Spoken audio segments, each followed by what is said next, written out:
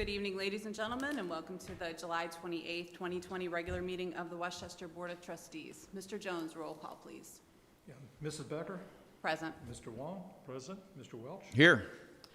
Please stand with me and we'll recite Pledge of Allegiance.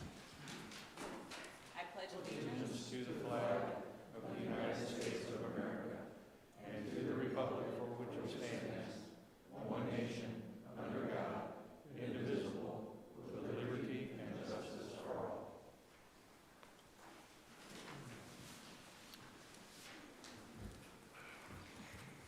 At this point in our meeting, we have our first citizens' comments portion, but we don't have anyone signed up this week, so we'll move on to our presentations.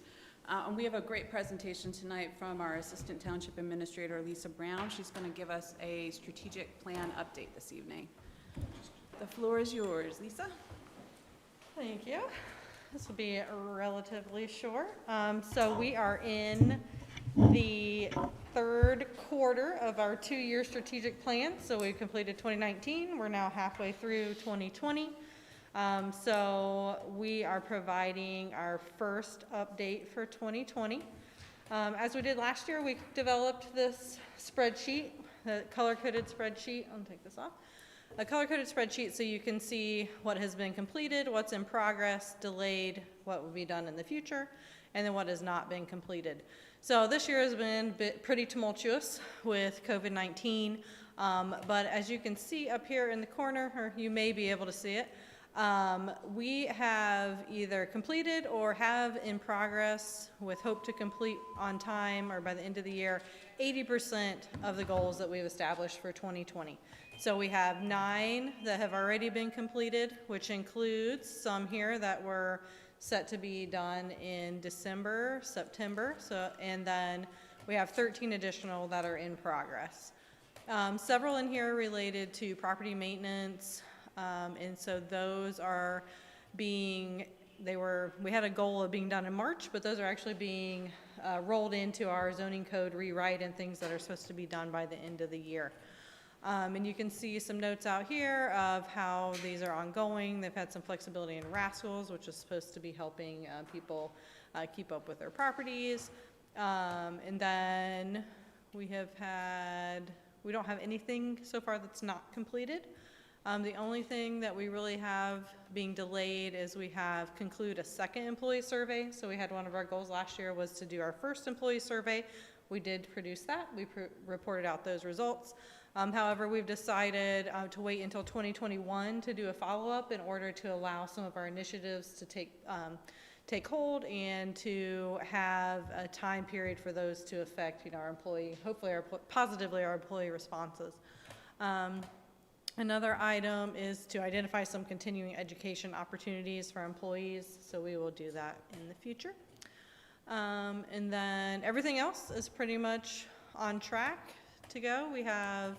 We're updating our compensation study right now. We're doing that in-house. Cost savings measures, we'll hope to bring that to the trustees for review in September. We'll provide several recommendations or options and allow the trustees to weigh in because they're the ultimate deciders on all of those.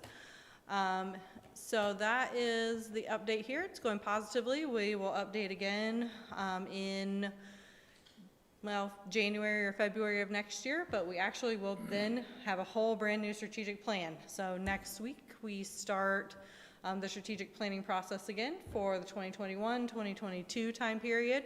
We will be meeting with the trustees on Monday, and then we will be convening with staff after that to decide more of these programmatic aspects of the strategic plan. So we're looking forward to that.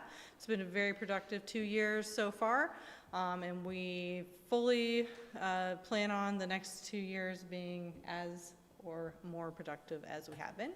So I just want, as a final wrap up, I just wanted to remind people how to access this. We have our open data tool, and the strategic plan updates are all on there in a story.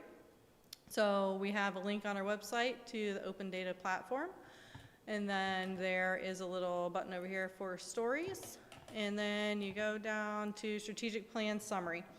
So this is the summary page, and you can see a little bit of information about how it was developed. And then you can click on each of these goals. We had 6 goals for the strategic plan, and you can click on each one of them to see our exact progress. And then there's an update, a status update on each of the initiatives, and then the metrics underneath. So they're all completed, in progress, future, delayed, not completed, things like that. And there's a little bit tidbits of information that are scattered throughout. So there was my 2-minute speech. Good. Any questions? Any questions for Lisa? I have none. Look forward to diving back in next week. Yep. Yeah. Thank you, Lisa. Thank you. Thank you.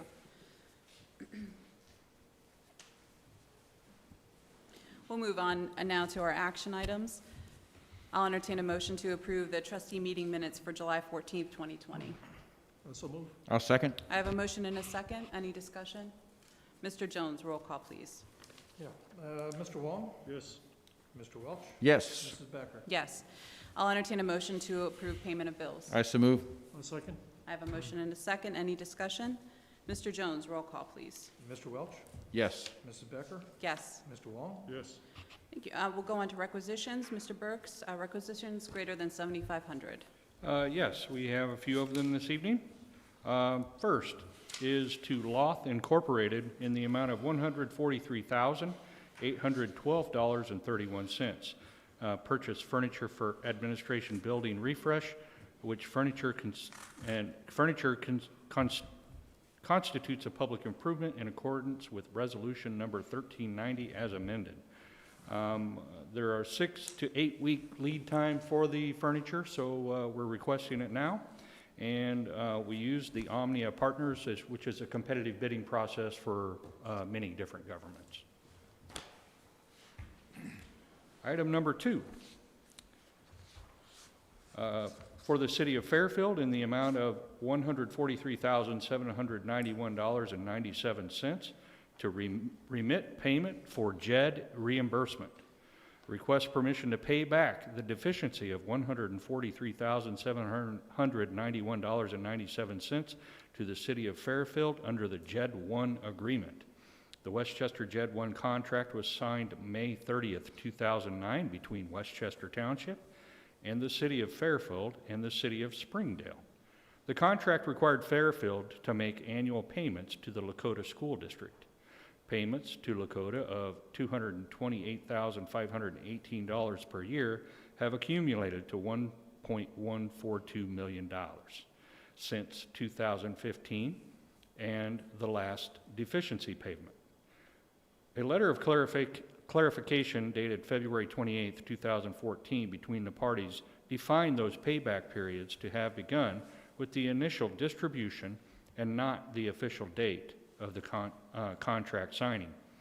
After a 60 and 120-month period, if the receipts from the JED to Fairfield amounts to less than the contributions to the school, then Westchester Township would reimburse Fairfield that amount, and that has happened.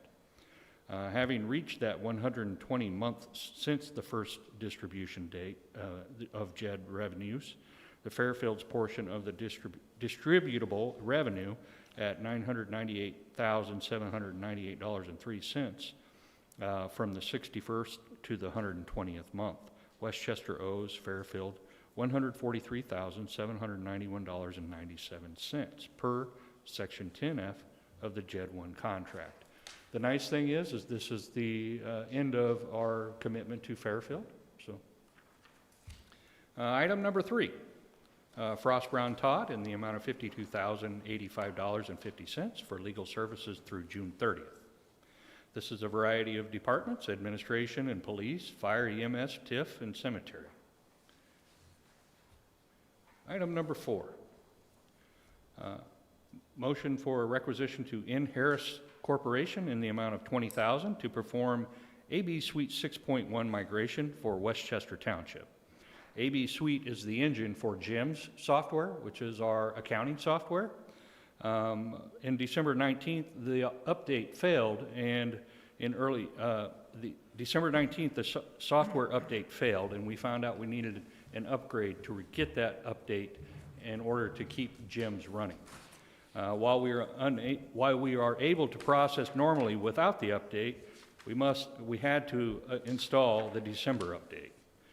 It will include changes to processes for 1099s for our vendors, and we must be able to perform this function. Item number 5 for police. Central business equipment, $21,506. Purchase replacement property room pass-through refrigerator unit, CIP number 1623. The large refrigerator unit is, well, they're no longer making parts for it, so it's getting hard to repair it. And it was budgeted a few years for now, and now we need to repair it or replace it. The proposed purchase will be paid for from the asset forfeiture fund. Item number 6, also for the police department. This is for Baker Ballistics in the amount of $8,433 to purchase ballistic shield system for SWAT operations. CIP 1526 has been budgeted for $9,000 to purchase ballistic protection for barricades during officer rescue situations. The budgeted amount will cover the cost of the shield and the Reaper support carrying system. Since this is a ballistic shield that will take rifle rounds, it is very big and heavy. And I did a little research on it. The Backpack Reaper Assist is essentially something that comes over your head and helps hold on to and steady the shield. The support system also provides, and the shield also provides protection against rifle fire, which is a first for the department. Item number 7, for services. Motion for W.G. Stang LLC in the amount of $26,587 to repair a storm pipe on Bach Drive and Charter Oak Court. To date, we have repaired or replaced 44 storm pipes throughout the township in 2020, and we have identified 2 additional pipes that are in need of replacement. A storm pipe on Charter Oak Court and on Bach Drive have reached their useful life and are in need of replacement. The Roads Division solicited quotes for the work and have selected W.G. Stang to perform the work. There is a 10% contingency in the $26,587 total. Very good, thank you, Mr. Burks. I'll entertain a motion to approve requisition items 1 through 7. So move. I'll second. I have a motion and a second. Any discussion? Hearing none. Mr. Jones, roll call, please. Mrs. Becker? Yes. Mr. Wong? Yes. Mr. Welch? Yes. We do have one personnel item tonight, fire. Oh, sorry.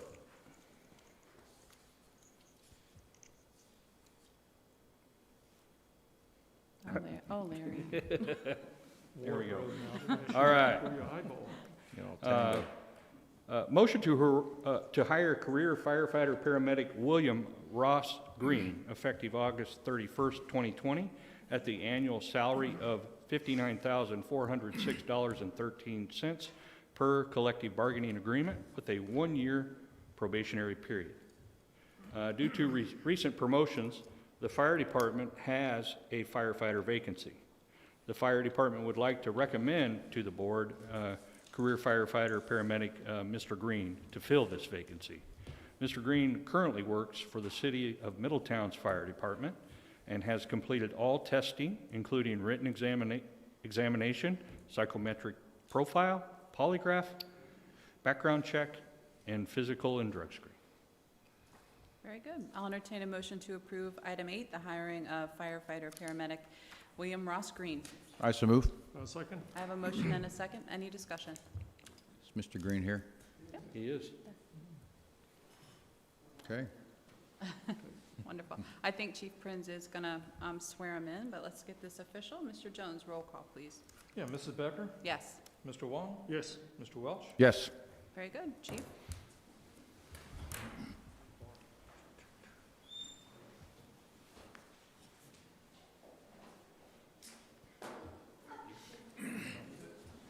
Whatever you want to do. There you go. We want to hear you. So.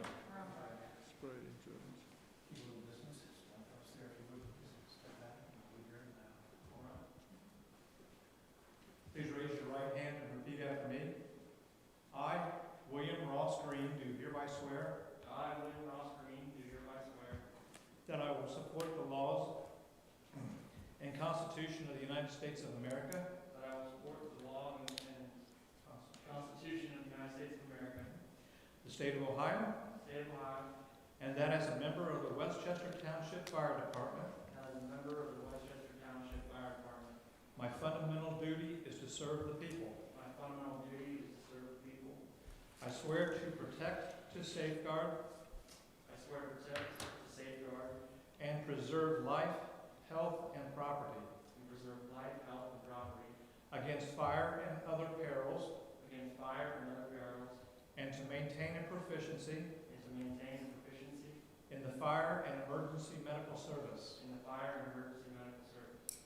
I recognize the badge of my office I recognize the badge of my office as a symbol of public faith and trust.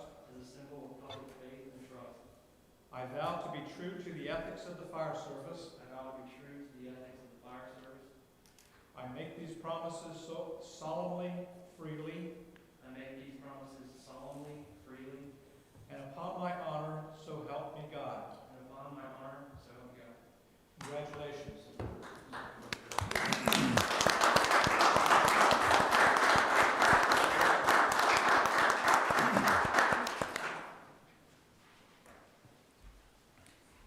Congratulations. Congratulations. Wonderful.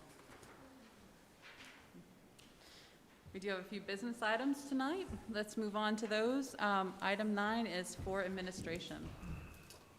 Yes, for items 9 and 10, they're essentially the same. They just need separate voting, but I'll just read one background for it. Sounds good? Motion to approve statutory resolution number 27-2020 and 28-2020, determining to proceed with a levy of an additional tax in the amount of 2 mills in excess of the 10 mil limitation. On June 9th, 2020, the Board of Trustees endorsed proceeding with the additional levy for the Westchester Fire District and Police District based on the information presented at the work session. The first required statutory resolution declaring the necessity of levying additional taxes in excess of the 10 mil limitation and requesting the Butler County auditors certify a collections amount was approved at the board's July 14th meeting. Resolution 27-2020 for fire and 28-2020 for police is the second required resolution determining to proceed with actually placing the matter on the November 2020 ballot and certifying to Butler County Board of Elections before August 5th, 2020 deadline. Very good. I'll entertain a motion to approve statutory resolution number 27-2020. I so move. I have a motion and a second. Any discussion? You know, we've been over this before. Yep. And these are essential services that we absolutely require in Westchester Township. And it's essential that we do this 2 mil increase for both the fire and police because, as we all know, we're paying for 2020 expenses with 2006 and 2010 dollars. It's a very good argument. Yeah. Very good. Anything else? No, wait a second, thank you. Mr. Jones, roll call, please. Mr. Wong, Yes, Mr. Welch, Yes. Mrs. Becker, Yes. Item 10 is administration. This is for the statutory resolution 28-2020. So I'll entertain a motion to approve statutory resolution number 28-2020. so move. I'll second. I have a motion and a second. Any discussion? Mr. Jones, roll call, please. Mr. Welch, Yes. Mrs. Becker, Yes. Mr. Wong, Yes, Business item 11 is for community development. Yes, motion to declare 5282 Fieldstone Court as a public nuisance. 5282 Fieldstone Court has received complaints for that property. Community development staff will continue to obtain a variety of compliance measures on the property, but recommends proceeding with the public nuisance actions in the event voluntary compliance fails. This is parcel number M 5640-248-000031. High grass, weeds, and miscellaneous debris. Do you have the motion up? I do. Having reviewed the staff report and affidavit, I move that we declare the property located at 5282 Fieldstone Court to be a public nuisance as authorized by the Ohio Revised Code. Staff is directed to cause removal of the nuisances identified and monitor the property for 90 days to require continued compliance. An administrative charge of 25% shall be added to the contractor fee for the property. I'll second. I have a motion and a second. Any discussion? Mr. Jones, roll call, please.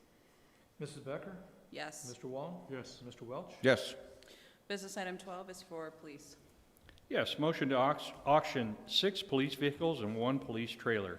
I'll just read the type, make, and year.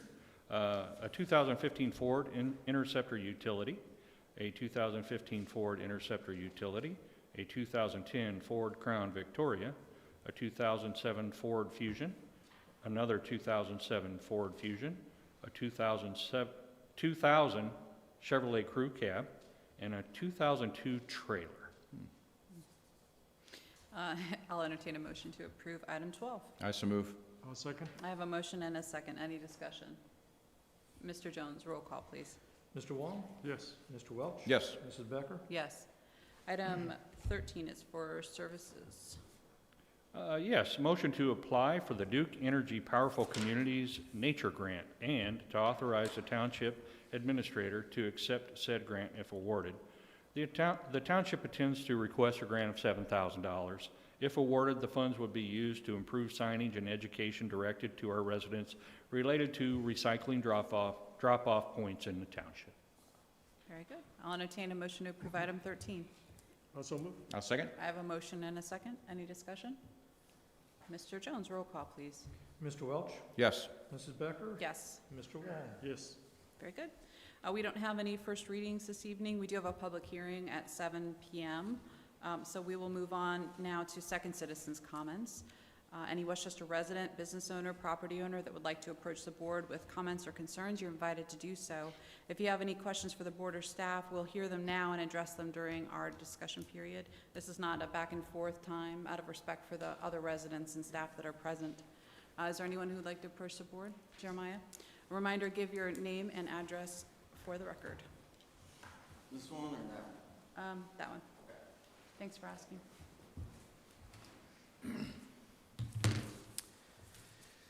All right, my name is Jeremiah York, and my address is 9515 Woodland Hills Drive. I'm here in opposition to the Cincinnati-Dayton levy from being passed. First, I would just like to comment on the mask policy. It is unconstitutional. It is an executive order that should be nullified, and I'm thankful that here in Westchester and in Butler County, it is not being forced upon individuals. The reason why I'm opposed to the Cincinnati-Dayton levy is for a number of reasons. For one, numerous residents have come and spoken against it. They don't want it. They're not interested in it. They don't want to pay for it. Secondly, many of them were not properly informed. They had no idea how much these mailboxes were going to cost, if they were going to get a mailbox, if they were going to get a sidewalk, if they were going to get a light pole, and many of them didn't. So they feel that they should not have to pay for this tax or this assessment, whatever you want to call it. Even so, their personal property was destroyed. There was one who came and testified that he had bought his own mailbox and he thought that it was going to be installed for him.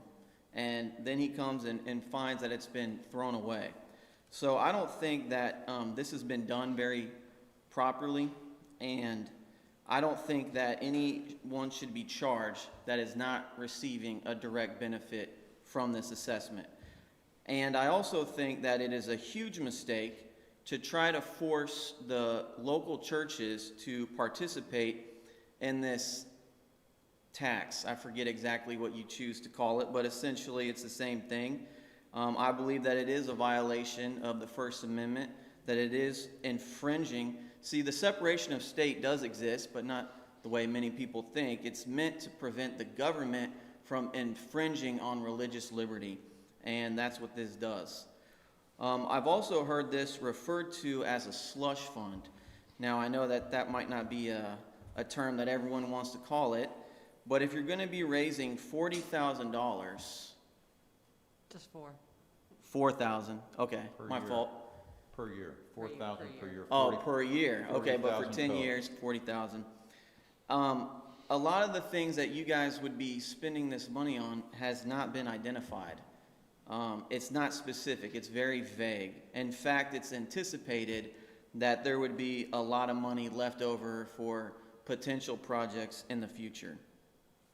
My recommendation is that you would charge no more than $20,000, and that only residents who specifically receive the benefit of whether it be a mailbox, a light pole, or part of the sidewalk would be included in this tax, and that by no means would you include churches to tax them. I don't see, based on the opposition to it, why you would want to charge a full amount that is most likely going to go well beyond what you actually need. And if you do run out of money in the meantime, you can always do this again and raise more money, or tax more money, I should say. Lastly, I have seen campaign literature from this board of trustees running for different offices promoting being pro-life conservative Christians. And I believe that what I'm telling you right now is what is fiscally responsible and the conservative Christian thing to do. So, thank you for your time. Thank you, Jeremiah. Thank you. Were there any other residents, property owners, or business owners that would like to approach the board this evening? Last call? Seeing none? We'll move on to our second readings and of resolutions. We do have 2 second readings this evening. Mr. Burks, Resolution 25-2020. Yes, resolution number 25-2020 approving a zoning map amendment from A1 to IPUD and a preliminary development plan for a 400,000 square foot warehouse distribution facility for case number ZMA 04-20, Brate 2, Republic Wire. The applicant is requesting zoning change approval from A1 to IPUD and a preliminary plan approval for the 15.24 acres located at 8341 Princeton Glendale Road. Very good. I'll entertain a motion to approve resolution number 25-2020. I so move. I'll second. I have a motion and a second. Any discussion? Great project. Very good project. Happy to see it. Mr. Jones, roll call, please. Yeah, Mrs. Becker, Yes. Mr. Wong, Yes. Mr. Welch. Yes. Our second reading of a second resolution is number 26-2020. Yes, resolution number 26-2020 declaring a method of apportioning and paying the compensation damages and costs of the maintenance for the landscape and beautification improvements for the Cincinnati-Dayton Road Landscape Improvement and Maintenance District. This has been an ongoing topic for a little while. The Board of Trustees held a public meeting on May 26, 2020 to consider the creation of the Cincinnati-Dayton Road Landscape Improvement District. And many people are familiar with the boundaries that extend almost Interstate 75. The public was invited to express support or concerns about this. And the May 26, 2020 public hearings also made a map available and the calculations of the estimated annual assessment from our website or examination for walk-up visitors. After reviewing the boundaries of the district, the beautification improvements, and the township's cost to maintain these improvements, 10 years at an annual amount of $4,000 per year was determined to be an appropriate number. As the board is aware, because the property owners did not solicit and present a petition, the Board of Trustees must be unanimous in its decision for the special assessment. I'll entertain a motion to approve resolution number 26-2020. I so move. I'll second. I have a motion and a second. Any discussion?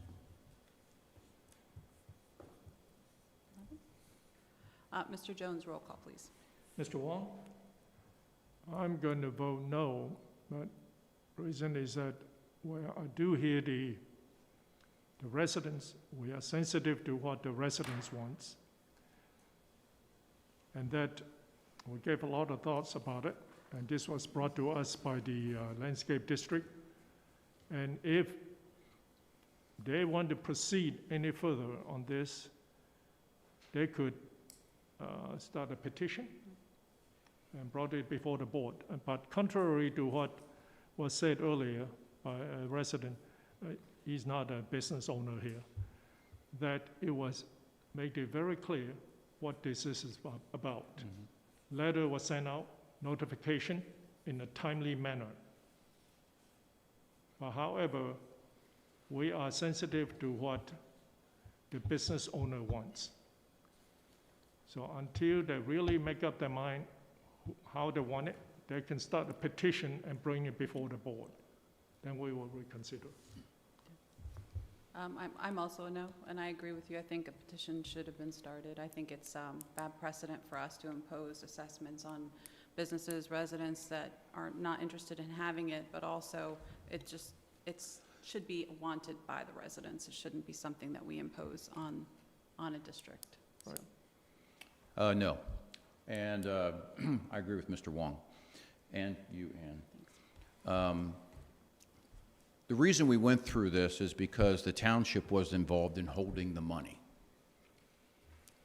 and collecting the money through property taxation. If the township is not involved in that, then a simple petition is all that's required for this same landscape improvement district in the Cincinnati-Dayton Old Westchester corridor. And so if the business owners and residents of Old Westchester want to proceed that way, then they can do it without the township getting involved.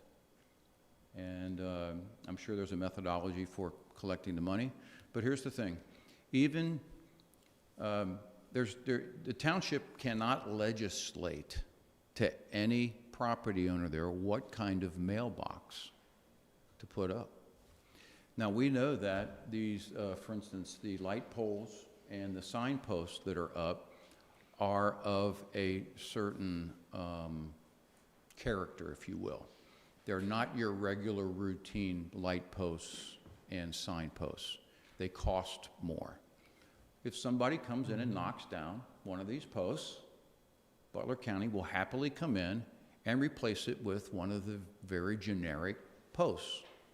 And so therefore, it's conceivable that over an extended period of time, and I'm talking a very long extended period of time, that all the posts will come down and they will be replaced by the very basic post that you see anywhere else. In an attempt to maintain a character within Old Westchester, business people got together, approached the township with the idea of collecting money over an extended period of time with the intention that money would be used to replace in-kind mailboxes, in-kind posts, whether light or signposts, and possibly some other things, benches, possibly sidewalks. We all know that the government puts in sidewalks, but when it's on your private property, you're responsible for maintaining it.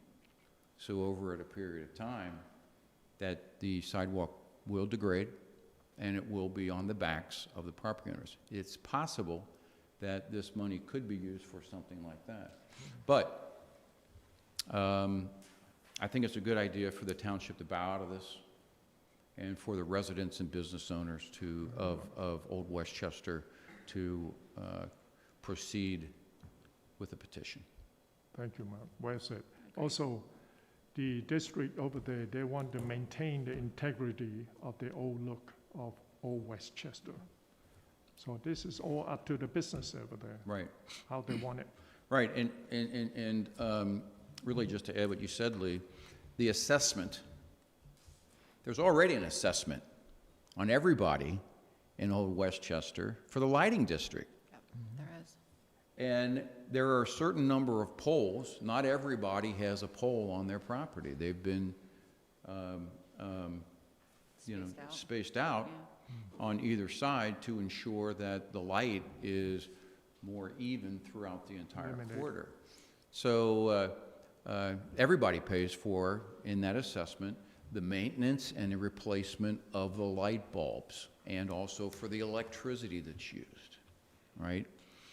So I guess what we have to understand is whether, I guess, certain organizations or people don't see the value or the benefit. But the benefit to the Old Westchester area is Old Westchester itself. When we become hyper-focused and we get this tunnel vision about this is, I don't want to do it because it's my property and I don't want to pay for it, then what we're missing is the, what you might consider the greater good for the corridor, which benefits everybody with regards to attracting new businesses, with attracting shoppers, with attracting, or let's say, greater property values. So, I think everyone enjoyed the road improvements. $8 million. That was a lot. Put a lot into $8 it. million. Sidewalk, very nice. Took about, 15 months to get it together. That's right. Yeah. Much better than the old days, cracked roads and one lane on each side. Yeah. And Westchester invested heavily, Yes. even though that is a, Federal funded project. yeah, well, and it's a county road. That's correct. Very Even good. though it was a county road, we invested heavily in it. And if I may, all of the property owners along Cincinnati-Dayton Road were invited to those planning meetings to pick out these lights, mailboxes. And I believe, I may be mistaken, but I believe it was at that time, that's when they started to want to protect that look. So it's been discussed for a long time, and we were simply following the model that worked previously. However, not every neighborhood is the same. And, you know, a lot of time and effort has been put into this, but we've learned a lot from it too. So all is not lost. We will just continue to move forward with our day-to-day business and work with those folks who are wanting to have this in place to protect that look. And if they have a petition, we'll bring it before you. Very good. Right. Point of order. Should we revote, Bruce? By all appearances, the vote came discussion. to discussion. And certainly once Mr. Wong's Yeah. put in the barrel. How about we do this? Mr. Jones, roll call, Yeah, please. okay. Mr. Wong? Yes, I mean, I vote no on it. Mr. Welch? No. And Mrs. Becker? No. Thank you very much. Thank you for point of order on that, Bruce. I appreciate it. So we've gotten to the point of discussion items and elected official comments. Larry, do you have anything today? I do. First of all, as many of you may know, I lost my father a few weeks ago. He had a stroke on July 9th and passed on July 15th.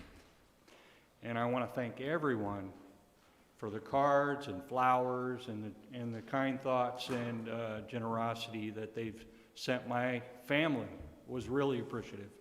The Westchester Township representation filled my dad's funeral home with, well, had a nice color to it, let me put it that way.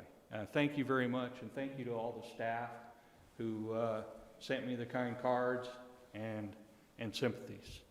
It was appreciated. Also, well, Lisa already mentioned that we're having our strategic planning session coming up, starting Monday and Tuesday.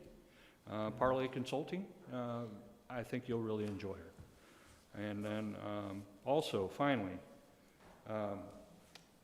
it's my favorite time of the year. Other than September 1st for football season, the CAFR is out, okay?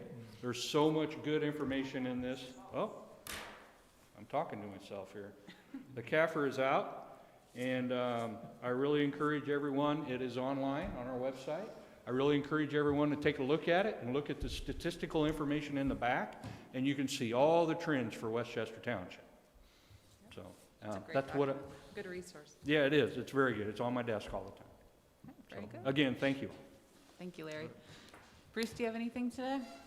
Yes, as a matter of fact, I do. Pardon me if I may for just a moment.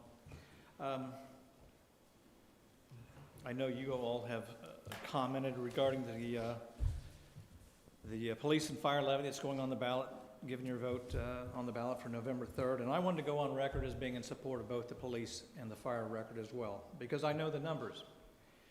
And I do not personally want to increase my tax on my home, however small, and I respect that there are people who cannot afford an increase in their taxes, however small. But it will be on the ballot for the residents to decide. For those who have a question about how did we get to the point where we need it, I would refer you to the June 9th work session we had right here, and you can actually readily access that to go to the township website at the top right where it says search. Just put in minutes, search minutes, it'll bring up where you want to be, and you can find the 6/9/2020, June 9th, 2020 work session we had here. And Ken Kime, Finance Director, gave a very good presentation. It begins at the 10-minute mark, lasts 8 minutes. It gets really good at about the 12.5-minute mark, okay, and explains why we need to have an increase in our police and fire.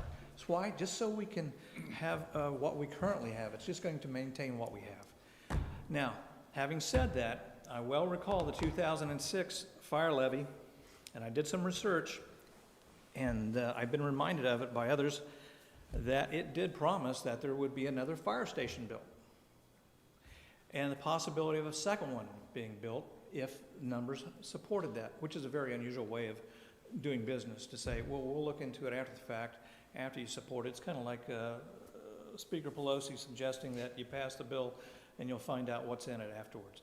But that's kind of the approach they took back in 2006. Well, we didn't get either fire station. Now, the result of that is there was more funds to prolong those levies. Now, that's not to say that got us to where we're at this far and prolonged it as long as it is. They've been very fiscally responsible in spending all these years. 14 years is a tremendous run for a levy. They've done a great job at it, and I commend the fire department for the work you've done, as well as the police department in making our tax dollars go farther. And again, if you have questions about the funding mechanism, please go to the website, put in minutes, bring up the 6/9/2020 work session, 10-minute mark. It gets real good at the 12:30 mark. Ken Kime did an excellent job of making that presentation. Bruce, So- may I add one thing to your comments? Well, who's to stop you? Yeah, let's not forget that these levies also fund the Emergency 911 Center. Absolutely. And Dennis Dick does a very good job of managing the expenses in that department as well. The EMS and 911. Yes. We do want people on the other end of our 911 calls. Okay. That's all I have to say.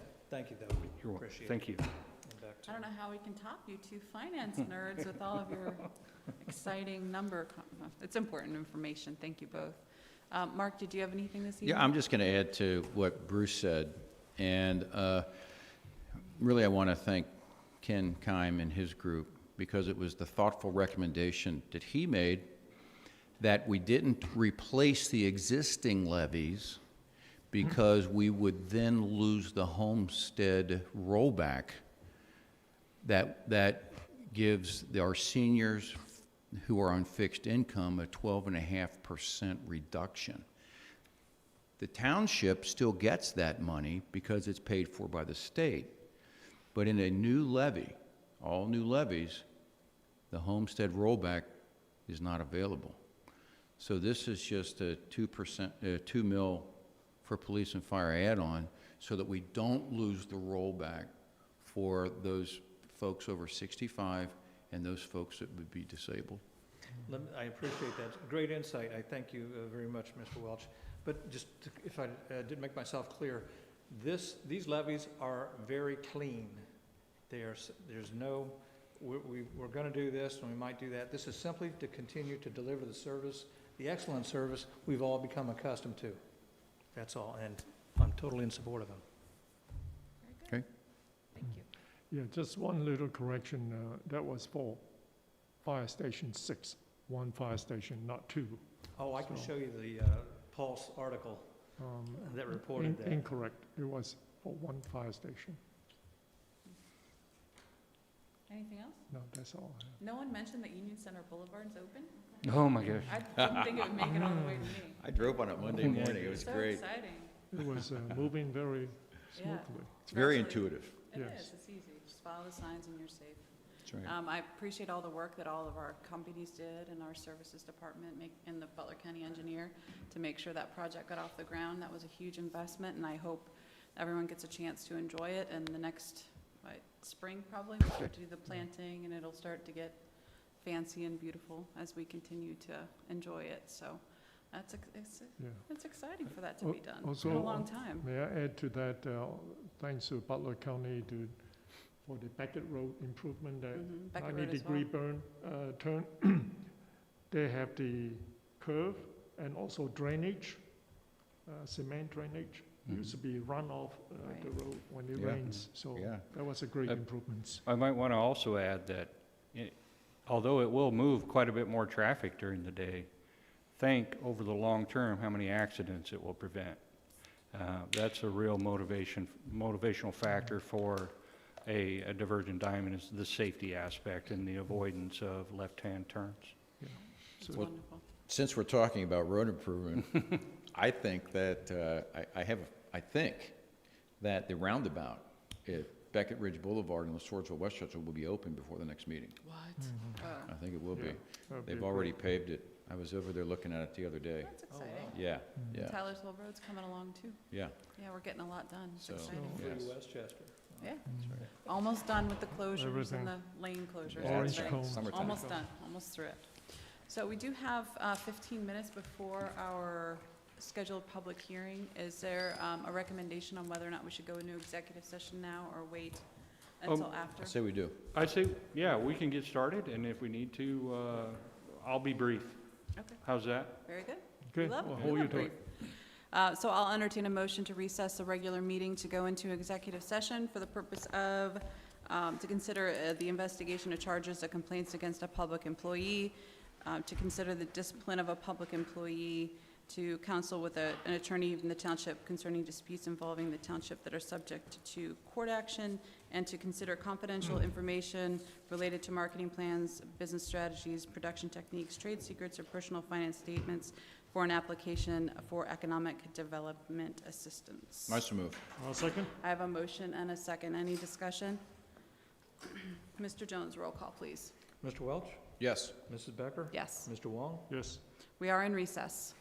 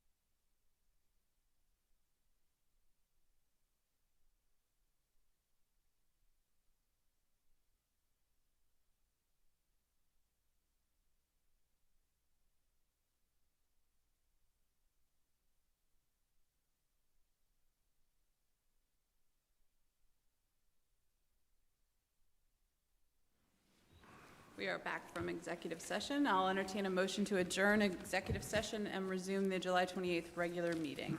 So move. I'll second. I have a motion and a second. Any discussion? Mr. Jones, roll call, please. Mrs. Becker? Yes. Mr. Wong? Yes. Mr. Welch? Yes. At this time, I declare open the public hearing for the no parking zone at Union Center Drive. A reminder to all those who are here to make public comments, this is our first reading. We're here to gather information. We're not voting tonight. If you're watching this online, if you have any questions, feel free to send us your questions. We'll have a presentation on the case, and we'll have public comments. Take some time, organize your thoughts to know if you're a proponent, if you're for the change, an opponent against the change, or if you have neutral information to present to us. That's just to help us organize our thoughts about the issue. Is there a presentation about the? Joel, are you doing the presentation on the no park? What's that? Oh, maybe she is, and that's why she's not here, and she went to get it. Do you want to give us your 2 cents on it? I can as well. We both can, if you'd like. Please. Joel, why don't you start us off?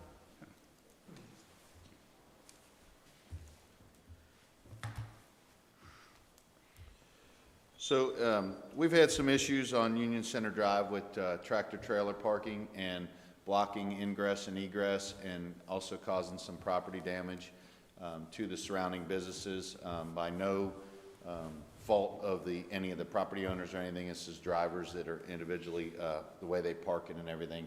And the proposal is going to be for Union Center Drive on the north side, that's the solid red, and then on Union Center Drive where it's going north and south part on both sides of the roadway. And the reason being is that part of the roadway where the dotted lines is a little more narrow, and it would cause more of a problem for vehicles to try to get around the tractor trailers that are parked there. Leaving it to where it's no parking on the north side, what that does is still allows vehicles to be able to pass through and not have issues with fire trucks or anything coming through. A tractor trailer is about 8.5 feet wide. That road is about 29 feet, I believe it is, wide, and that's going from edge of the curb to edge of the curb, not the pavement. So when you park 2 tractor trailers and you take into account the mirrors, which make it about a little over 10 feet wide, you only have 8 feet 8 inches to pass through. A fire truck would not be able to get through there if they're parked double like that has happened in the past. So that's why we're proposing one side of the roadway. We understand tractor trailers do still need to park there at time to load and unload and to stage before that to operate in the businesses. So that's why we're making that proposal at this time, just a safety factor so we can still get egress, ingress, businesses in and out, and stop any kind of damage that's going on, and also, for fire apparatus to be able to get in there safely. Very good. Any other comments from staff? Lisa, did you have anything? I think there is another, I don't know how to move, if they switch slides. Chief, excuse me, the no parking is on the dotted line or the solid line? Both of them. The dotted line will be both sides of the roadway.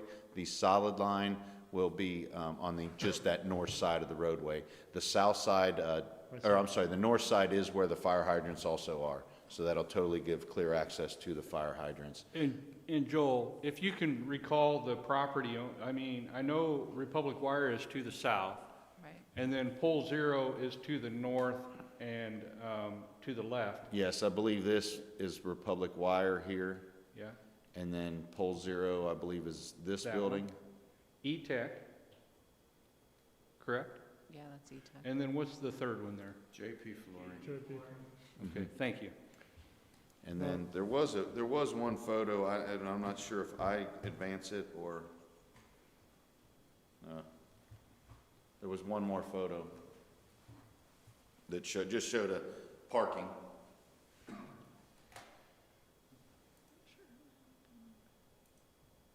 they both the same?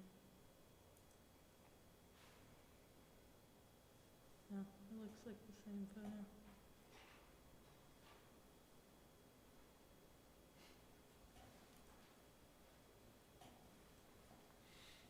Is there a little arrow on the left or the right where you can advance it? I don't see any. Okay, now the one for the other, this one.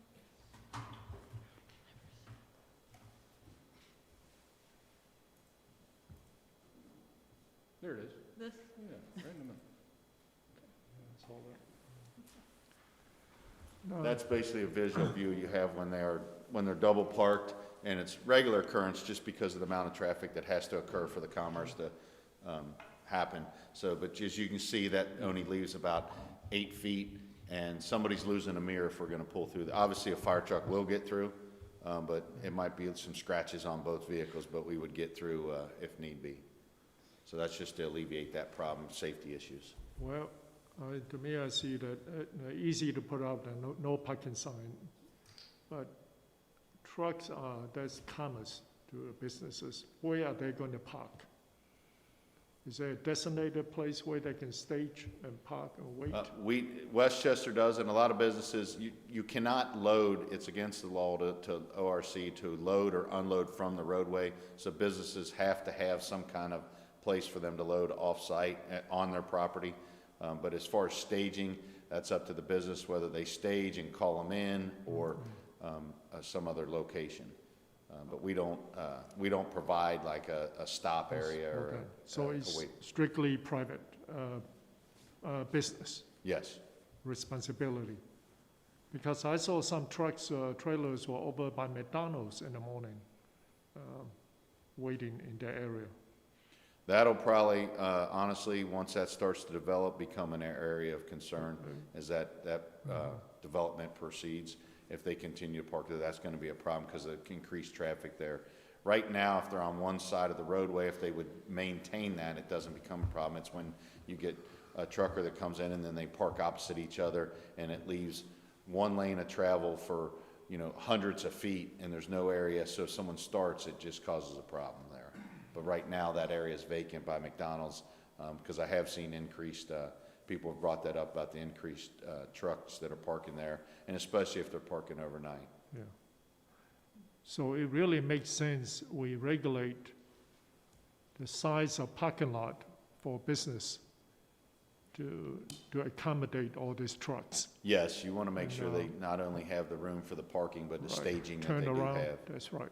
In the ideal world, that's the best we could, but it doesn't always happen that as the businesses, they have trucks that are not yet unloaded when they can't always control. A driver sometimes arrives 12 hours early. When they arrive, they have to stage somewhere. Understand? Yeah. Okay. I have no And more yeah, questions. I might add that Republic Wire has a second reading tonight for their development that may help with some of their parking issues as well.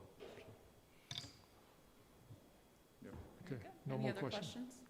I do want to thank all the property owners down there for their patience. It's taken a while for us to get this before the trustees. In fact, it all started when Trustee Welch and I went to visit Pole Zero after our trip to DC. If you recall, we went to visit them because we found out they'd just received that defense contract and you wanted to go visit them. And we started talking about it then, and that's when I engaged Colonel Herzog. But it's taken a little while, and I appreciate your patience. But Colonel Herzog had to do his due diligence and homework on it as well. So I'd like to reiterate that. This Yeah. definitely took longer than it should have, so I apologize at the time frame that it did take.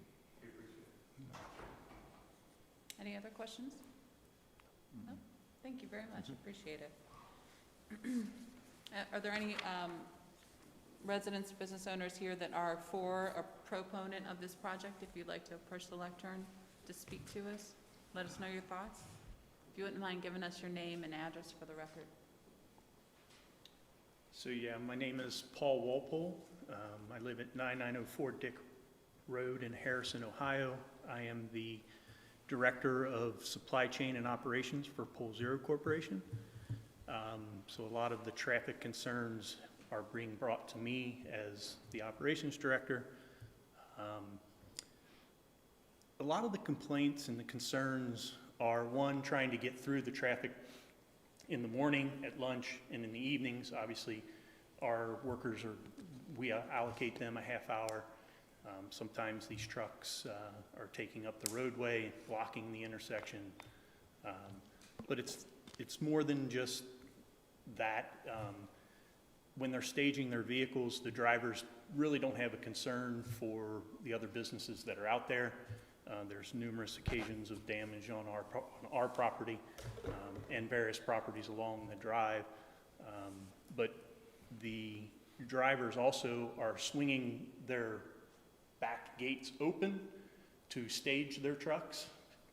So they don't necessarily look all the time when they're performing their staging either. So it's kind of like when the garbage guy's going down the street and he walks out behind the truck, they're hard to see.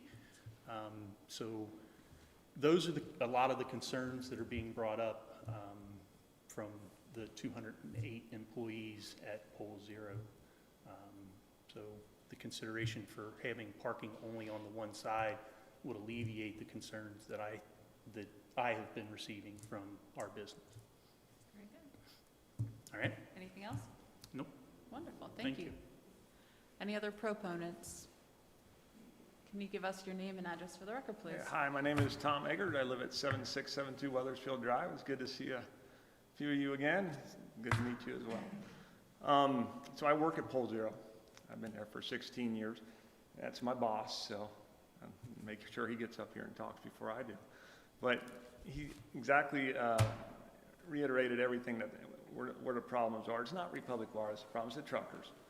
So the truckers, they stage on the street and they open their doors and they come around the fronts of the truck, and sometimes we have very close calls of running into them and things like that.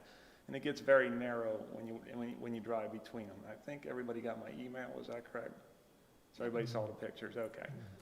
So that's a good day. There's worse days, there's better days. It's not always like that, but it is like that and it is problematic. So just on behalf of Pole Zero, the residents of Westchester, I hope that we can get that no parking in, and I appreciate it. Thank you. Very good, thank you so much. Any other proponents who would like to address the board? Seeing none, we'll go to opponents. Anyone against this no parking? Please give us your name and address for the record. Is it okay if I take this off? Mm-hmm. Good evening. I'm Ron Rosenbeck, CEO of Republic Wire.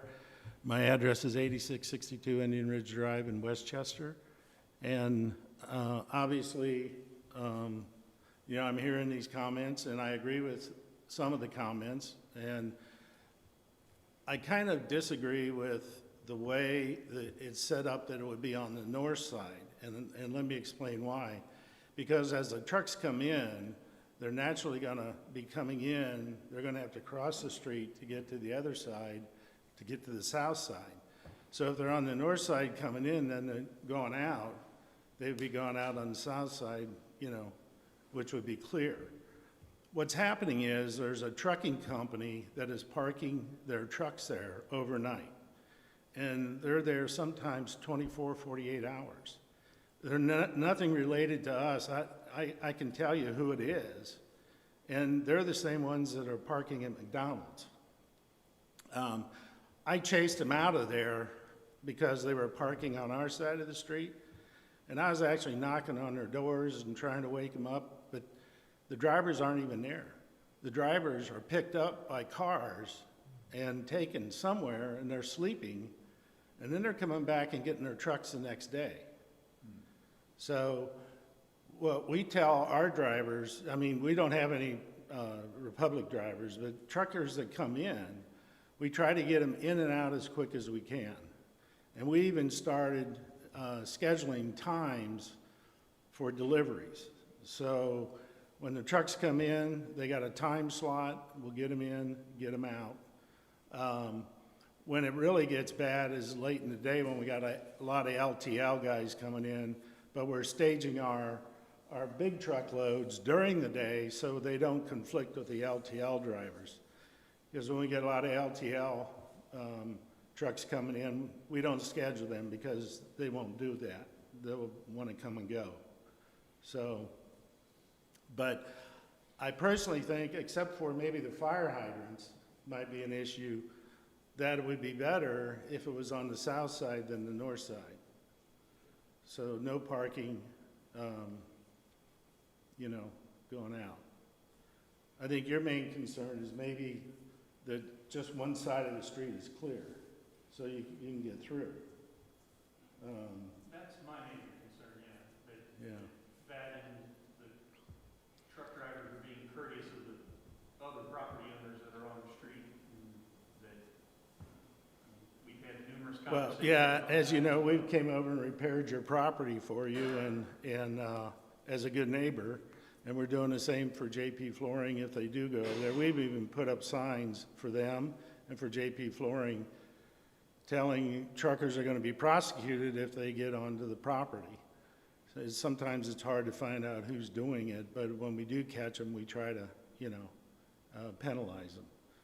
So our concern is also those those trucks that are parking there permanently. So along with the no parking sign, maybe put up something to affect, well, it'd be better to put no parking. I was gonna say no more than 2 hours, but that probably wouldn't work either because they would just keep parking there, so. But that would be my suggestion. As far as the other going out along where BP is, I've never seen any trucks there, but that's fine with me if there's no parking there. So you want it on the south side, not the north side? South side and not the north side, yeah. Colonel Herzog, if you don't mind, I have a question for you related to this. What is the methodology in determining which side should be or should not be parking?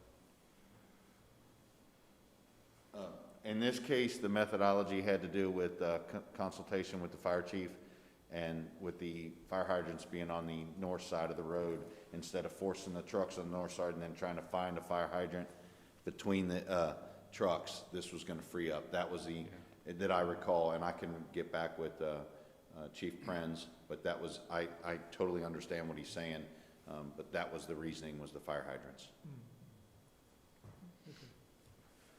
Would moving the fire hydrant to the other side of the street be, no, That would not be feasible. not feasible? So it'd just be a matter if we wanted to, as long as the truckers observed the fire hydrants, didn't block them, if that was gonna be the case, then I would do some suggestion and talk with Rick about pavement markings also, so if a fire truck did come down, it would know without having to look between trucks that there's a fire hydrant in the center of the road saying, paint a fire hydrant. So it's right there. So that's some way we could look at that. I'm not opposed to north, south, or whatever on that. Okay, very good. But I would like to consult with Chief Prenz on that, since it was, his suggestion with that. Moving the fire hydrants may also include Butler County Water. Yeah, to move the water. Correct. We would need their permission as well. Yeah. Very expensive. Well, it affects a lot of things. That might be there because it gets the 400-foot radius that you need to access the buildings that are around it. Right. Moving it just across the street might leave somebody off, I don't know, further north. Did you have any other comments? No, that's it. Thank you. Appreciate you. Thank you, Ron. So as a heads up. Would you the mind, office- would you mind addressing us at the lectern, please? Just as a point in case, the south side of the street also has all the electric utilities running down that side of the street. So putting in fire hydrants on that side of the street might not be feasible either, based on the electric. I appreciate that. Thank you very much. Were there any other opponents to this proposed no parking? No, seeing none. Any neutral information? Anything else anyone wanted to add?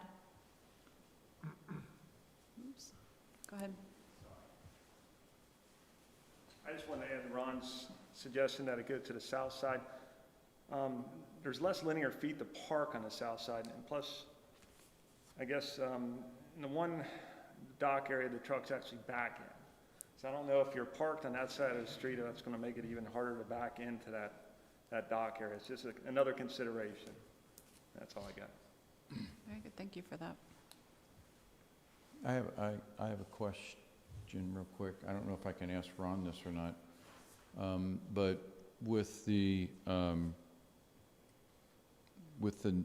new facility that you're looking on in 747, would that alleviate a lot of this truck traffic back in there, Ron?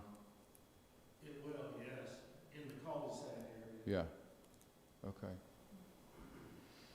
The question is when we do it, because it's, you know, the economy, that's the timing, I can't tell you exactly, but yes, all our distribution would be moved, so all those trucks that are coming in and out by the cul-de-sac area would be going over to the new facility. Okay. Thank you. Very good. Anyone else comments on this case? Huh? Seeing none, I appreciate you all coming. I declare this public hearing for the no parking at Union Center Drive closed. We do have one more point of business this evening before we adjourn our regular meeting. During executive session, we did have opportunity to review the and final investigation into our issue with our police department. And I do have a statement tonight, which is a little bit lengthy, which will be from all three of us, from our administration. So I would like to read this into the record. Tonight signifies the conclusion of the investigations, both internal and third party, related to the complaints filed against the police chief up to and including July 5th. We move forward supporting Chief Joel Herzog in his resolve to heal the department. We know the personnel issues beneath the surface of the department's command staff, but it all began when Police Captain Joe Gutman and former Police Captain Jamie Hensley began exhibiting potentially discriminatory, sexist behavior toward an employee hired in the clerical support role nearly 2 years ago. The two captains came up through the ranks of the Westchester Police Department, working alongside Chief Herzog as officers. Chief Herzog promoted them to the command staff team and looked forward to build a succession plan with them as a critical part. The command staff members were of varying personality types and demeanors, but they appeared to work well together, and other officers in the department and the public in general would have never guessed the issues that were coming to bear in their work relationships. Concern about the behavior of the two captains surfaced when the chief hired a qualified employee to work as his administrative assistant. The chief and assistant chief rebels then became aware of the captain's behavior toward this employee. It is critical that every employee be treated with respect. There should be no distinction between the treatment of an employee based on gender, race, etc. Captain Gutman and former Captain Hensley accused this employee of misconduct because of how she dressed, the fact that she walked out of her car at the end of the day at the same time as one of the captains, that she offered to bring lunch back to the office for one of the captains, and various other issues. Had this employee been a male, would have been viewed as misconduct? The answer is no. Seeing worrisome behavior and speech continue from the captains after repeatedly being addressed, areas for improvement were identified in the captain's performance evaluations in June of 2019, and expectations for Captain Hensley were further clarified in a meeting with Human Resources this past February. It was only after the evaluations and meeting that then Captain Hensley and Captain Gutman submitted lengthy letters of complaint against Chief Joel Herzog to the Township Administrator, Larry Burks. This signaled to administration that the only way to unravel the discord in the police department's command staff was to hire a third-party investigator. Chief Herzog openly admitted to his past inappropriate comments outlined in the captain's complaints against him. The casual comments and statement made by the chief are unacceptable, and Chief Herzog acknowledged as such and is working to improve. The township does not condone the remarks made by Chief Herzog, but acknowledges there is integrity in being truthful and owning one's mistakes. There is no evidence the chief ever appeared in blackface. There is no evidence that the chief routinely used disparaging terms to refer to minorities. With regards to the terrorist comment, Chief Herzog was actually mocking Captain Gutman, who had offered to do a background check on a doctor that Chief Herzog had been seeing for years and counted as a friend. The chief's conduct had no impact on the outcome of the Jeffrey Couch case, but his actions were inappropriate, and the chief accepted responsibility for the negative perception placed on the township due to his behavior, and received corrective action as a result. Throughout the process of this investigation, Chief Herzog has been raked over the coals and publicly shamed for saying things that are inappropriate. But there has been little acknowledgement for all the good that he has done. Police Chief Herzog's actual actions and willingness to engage all parts of our community exhibit a deep desire to understand, incorporate, and celebrate diversity in our community and Westchester's law enforcement efforts. There has not been much acknowledgement in the media of the captain's sexist view of women in the workplace and unfair treatment of a female employee. Neither has acknowledged error in their treatment of this employee or taken responsibility for the role they played in the command staff's dysfunction. Captain Gutman has issued a performance improvement plan for his role in the problems plaguing the command staff and is expected to make immediate changes to serve the township with excellence. Other officers who stepped forward with complaints against Chief Herzog also shared things said by the chief in years or months previous. These officers' complaints and concerns were heard and investigated. While again, these comments from the chief were inappropriate, a fact that he acknowledges, they did not translate into action by the chief or the officers in performance of their duties, and there is a performance improvement plan in place to ensure change. Retaliation. This is a word that's come up frequently throughout the media reporting of this situation and in complaints made by the captains and other employees. However, none of the officers making complaints has been impacted in terms of pay, rank, position, including Captain Gutman. They continue to enjoy employment and full benefit of union representation and support of the organization. If an employee feels they have been retaliated against, the township administrator, HR manager, and a collective bargaining unit will gladly hear these complaints.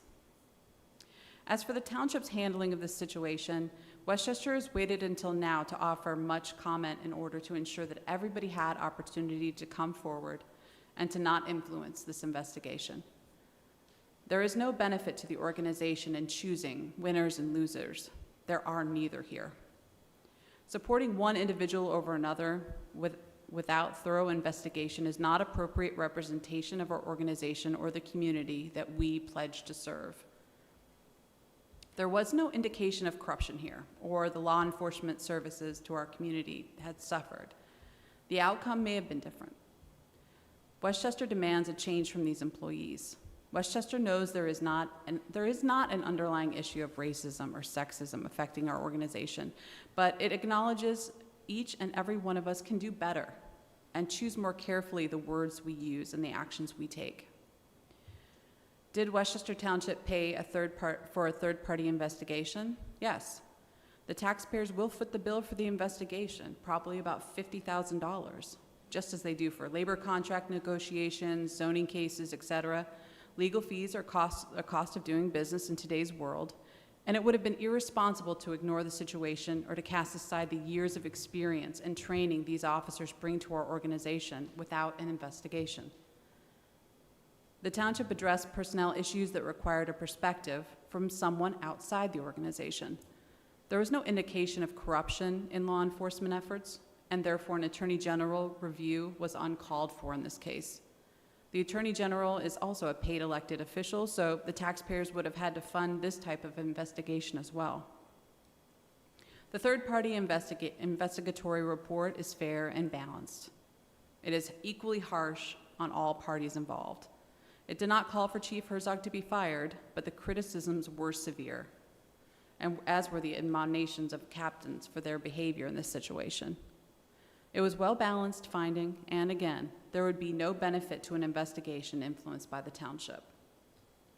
Chief Herzog was chosen in 2014 by the Board of Trustees to lead Westchester Township's Police Department, and that has not changed. He has pledged, by agreeing to his performance improvement plan, that he will work to heal the department and will serve as a forward-looking leader of this organization. This marks the end to these investigations, and the administration will work closely with the police department's command staff to ensure healing and rebuilding of working relationships. The community has our commitment to do better and to be better. I appreciate you. Thank you very much. Did you have any comments or anything you would like to add? Says it all. No. Says it all. Well, we have concluded all of our business and action items tonight, so I will entertain a motion to adjourn the July 28th regular meeting of the Westchester Board of Trustees. I so move. I'll second. I have a motion and a second. Any discussion? Mr. Jones, roll call, please. Mr. Wong? Yes. Mr. Welch? Yes. Mrs. Becker? Yes, we are adjourned. Oh, done.